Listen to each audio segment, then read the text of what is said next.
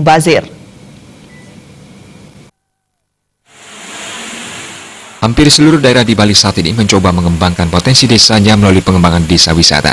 Sedikit namun pasti, saat ini banyak destinasi desa wisata bermunculan dan mulai ditata oleh desa maupun pemerintah daerah. Namun tidak sedikit pula desa wisata dikembangkan dengan meniru, bahkan terkesan memaksa membuat sajian yang sama dengan desa wisata, baik melalui pembuatan sarana pendukungnya maupun produk yang diperkenalkan.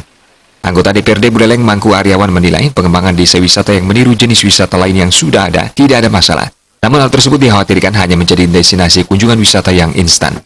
Jangka panjang destinasi desa wisata tersebut akan sedikit demi sedikit akan ditinggalkan karena munculnya titik jenuh pengunjung terhadap destinasi pariwisata yang monoton. Semestinya desa maupun pemerintah harus menggali potensi yang ada dan mencari ciri khas di desa tersebut yang tidak ada di tempat lain untuk disajikan dan dikembangkan. Harapannya produk yang disajikan tetap menjadi daya tarik wisatawan. Mana menjadi sebuah keniscayaan bagi sebuah proses, tetapi marilah kita bersama-sama mawas diri bahwa desa wisata dibuat untuk jangka panjang, jadi tidak untuk melobi anggaran jangka pendek. Jadi harapan saya secara pribadi agar bagaimana caranya agar desa wisata ini merupakan destinasi yang diciptakan jangka panjang.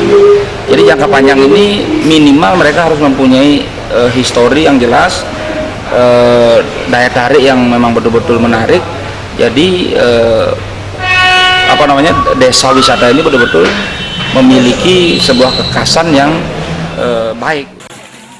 Hal yang tidak kalah penting dilakukan adalah peranan pemerintah daerah dalam mengkaji hal-hal yang akan dikembangkan di suatu desa, sehingga nantinya pengembangan desa wisata tidak mubazir. Terima aja Bali TV. Kearifan lokal yang merupakan ciri khas dan keunikan Pulau Bali selalu menjadi daya tarik wisatawan yang berkunjung ke Bali. Terlebih melalui perayaan Galungan dan Kuningan menjadi promosi tambahan bagi pariwisata, yang mana dalam hari raya tersebut banyak tradisi yang akan dilakukan masyarakat Bali.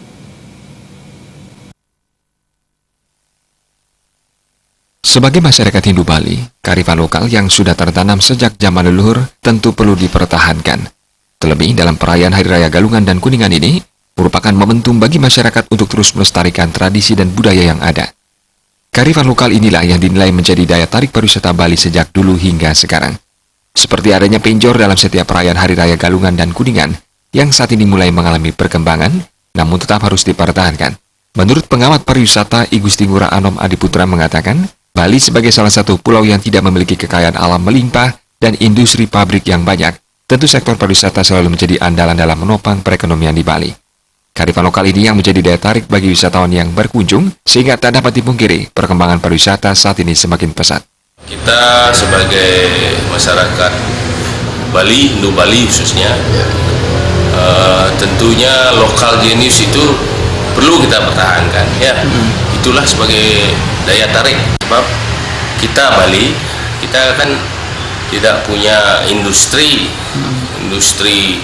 pabrik, industri pertambangan atau lain sebagainya. Yang kita punya adalah industri pariwisata.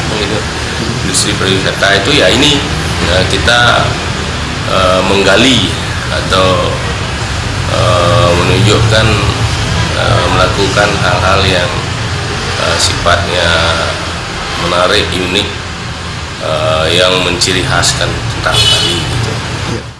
Pihaknya juga berharap agar tradisi dan budaya yang ada agar terus dilakukan sesuai dengan pakem-pakemnya, sehingga kearifan lokal Bali sebagai ciri dan keunikan Pulau Dewata dapat terus dilestarikan sebagai kunci perkembangan pariwisata Bali ke depan. Andika, Bali TV.